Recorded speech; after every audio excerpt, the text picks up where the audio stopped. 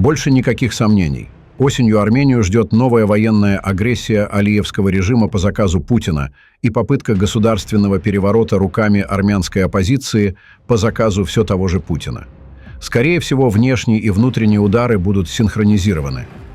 Совпадение или нет, но после визита Владимира Путина в Баку азербайджанская пропагандистская машина достала из шкафа контрафактную печатную машину и начала распространять ложные сообщения о якобы обстрелах со стороны Армении на различных участках армяно-азербайджанской границы и о других инцидентах.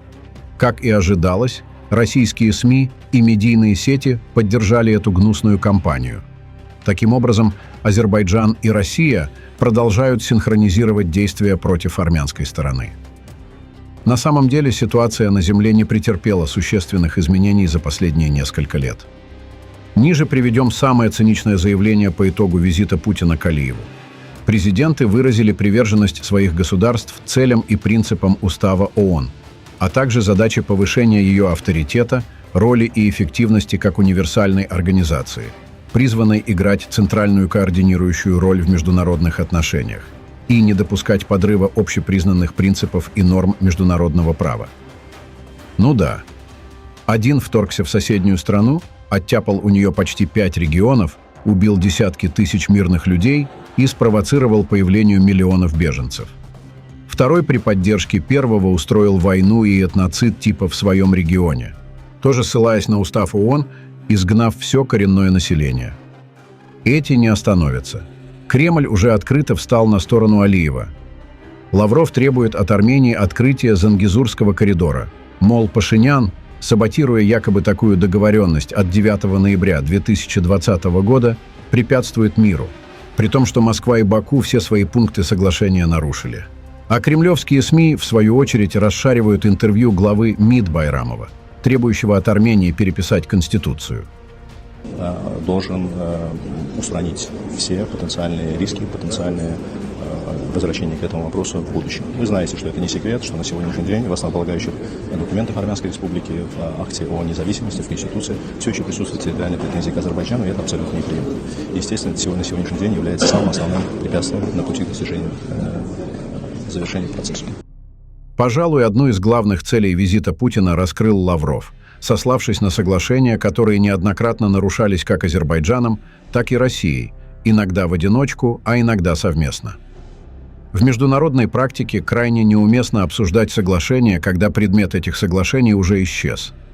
Фактически, Лавров попытался ввести в заблуждение, используя сомнительные юридические трактовки, чтобы приукрасить соглашения, которые давно утратили всякую актуальность.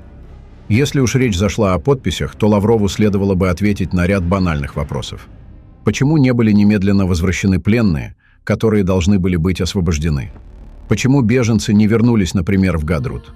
Почему погибли мирные жители, трудившиеся в поле или возле своих тракторов?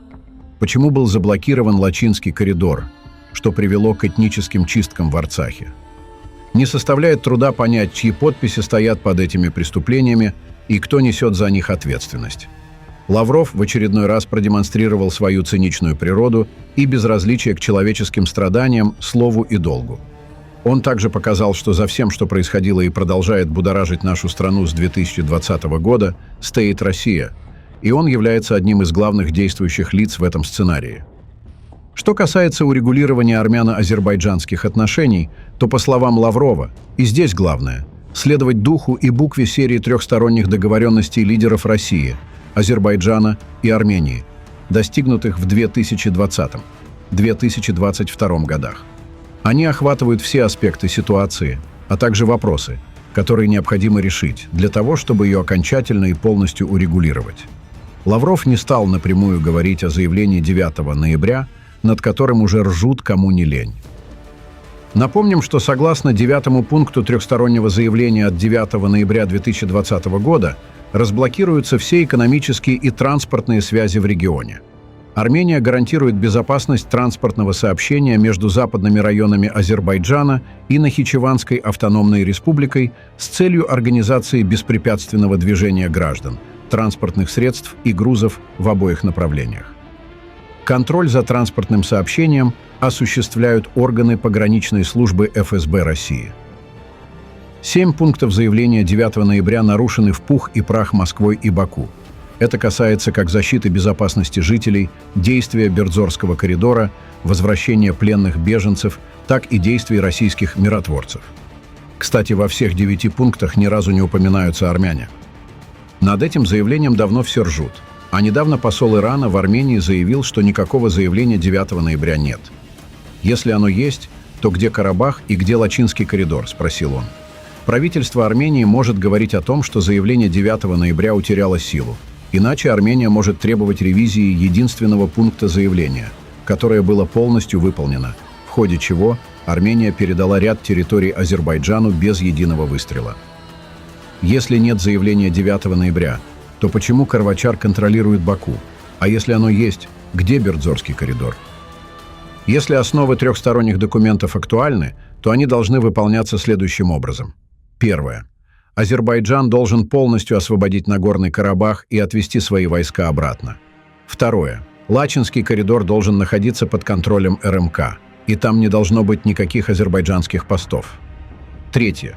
Все жители Нагорного Карабаха должны вернуться в Арцах и жить там, иметь армию, полицию и все, что у них было до этнической чистки. Четвертое. Азербайджан должен освободить всех заключенных, которых арестовал незаконно и держит в тюрьмах. Если все эти пункты не будут выполнены, то речи о трехстороннем заявлении и быть не может, потому что оно просто становится туалетной бумагой без этих пунктов. Поэтому советую эту актуальную туалетную бумагу засунуть Лаврову туда, где заканчивается гордая часть спины, и толкнуть поглубже, чтобы он почувствовал актуальность всех пунктов. Лаврову-Калантаряну неплохо бы сориентироваться. Если до сегодняшнего дня Путин был невъездной в Армению формально из-за ордера Международного уголовного суда в Гааге, то после показательных обнимашек с Алиевым, жестов и заявлений в Баку, в Ереване ему в принципе больше делать нечего. Если Москва рассчитывала дальше хоть как-то продолжать имитировать роль равноудаленного от обеих сторон миротворца в армяно-азербайджанском конфликте, то 19 августа 2024 года Путин с Лавровым окончательно похерили и это. Великий геополитик и дипломат, естественно в кавычках, не нашел ничего лучше, чем посетить в Баку мемориал, где захоронены погибшие азербайджанские солдаты. Возложив венок к могиле отца Ильхама Алиева, члена Политбюро ЦК КПСС, генерала-майора КГБ и экс-президента Азербайджана Гейдара Алиева, он направился к вечному огню на аллее шахидов и возложил венок почти в память павших за независимость Азербайджана. Реакция армян была предсказуемой. Визит Владимира Путина в Азербайджан стал историческим событием, поскольку ознаменовал смену главного союзника России на Южном Кавказе. И это правда, которую уже никто не камуфлирует под дипломатию. Конечно, впереди сложные времена. Но, по крайней мере, ситуация обретает ясность. И это позитив, так как ясность в отношениях в такие времена – это основа правильного планирования. Помню, как еще в нулевых на российском ТВ Армению называли «закавказским тигром» и мощным союзником России на южных рубежах этой страны, хотя у России и Армении нет общей границы. Как видим, закавказского тигра заменили абшеронским мини-султаном. И это, вероятно, к лучшему. Одно знаю – двуличие России не знает границ. Пишите ваше мнение в комментариях и подписывайтесь на наш канал, чтобы не пропустить самые важные новости региона и мира.